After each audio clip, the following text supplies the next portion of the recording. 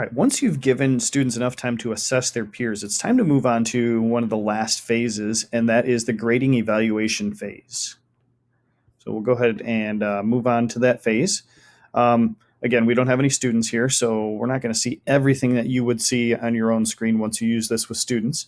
But really, the big thing on this page is to decide how close you want students to be to the average for each of their assessments in order to get a good grade.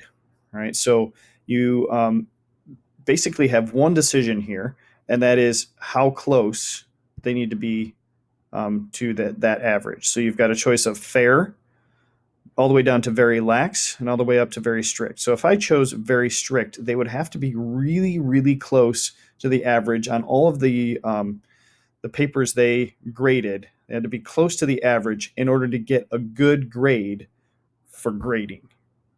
All right, so the opposite of that would be very lax, which means they don't have to be very close to the average in order to get a good grade for grading. So this is obviously very lenient. This is very strict.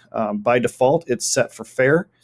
And you can actually try this out and see what grades the students get down below after you click the button that says recalculate grades. And that'll give you a good picture of what you probably want to choose for this setting. And that's really all you need to do in the grading evaluation phase.